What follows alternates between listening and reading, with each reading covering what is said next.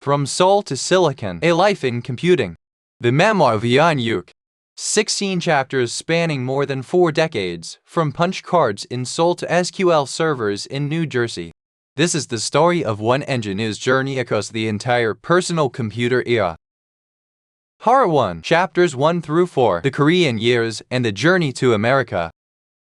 Chapter 1, Beginnings, Learning to Think Like a Computer. In 1979, freshly returned from mandatory service in the Korean Army, Yook entered a classroom at Heon University in Seoul. The subject was still called EDPS, the Electronic Data Processing System. There were no personal computers. Students wrote Fortran and COBOL by hand on paper coding sheets. Punch card operators transferred the code to physical cards, fed into a mainframe, often overnight. There was no backspace key and no run button. Only logic, written patiently by hand. It was painstaking, but it instilled a discipline and precision of thought that would carry through an entire career. Chapter 2, First Steps in the Industry, Gold Star Semiconductor. After graduation, Heon joined Gold Star Semiconductor, the electronics division of the company the world would later know as LG Electronics.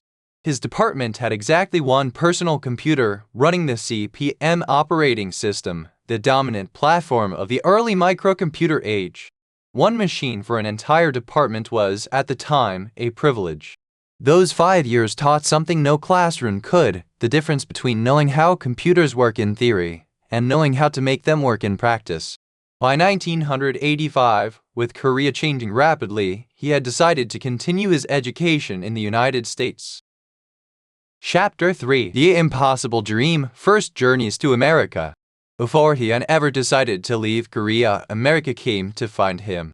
Gold Star sent him twice to the United States for technical training, to Chicago in 1982 and to New Jersey in 1984. Through the company's partnerships with AT&T and Western Electric, he visited their offices, toured factories, and walked through a Fairchild semiconductor plant. They were his first journeys outside his own country, and they would change the course of his life. Chapter 4, Going to America, Graduate School at Stony Brook.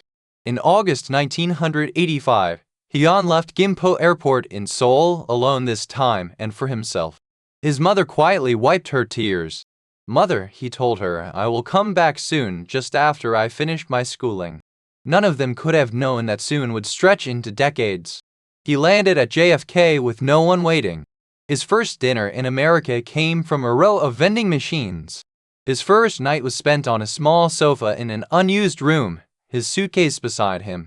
At Stony Brook University, he studied electrical engineering, moving from CP/M to Unix and the C language. He learned to understand a system at its deepest level before building on top of it.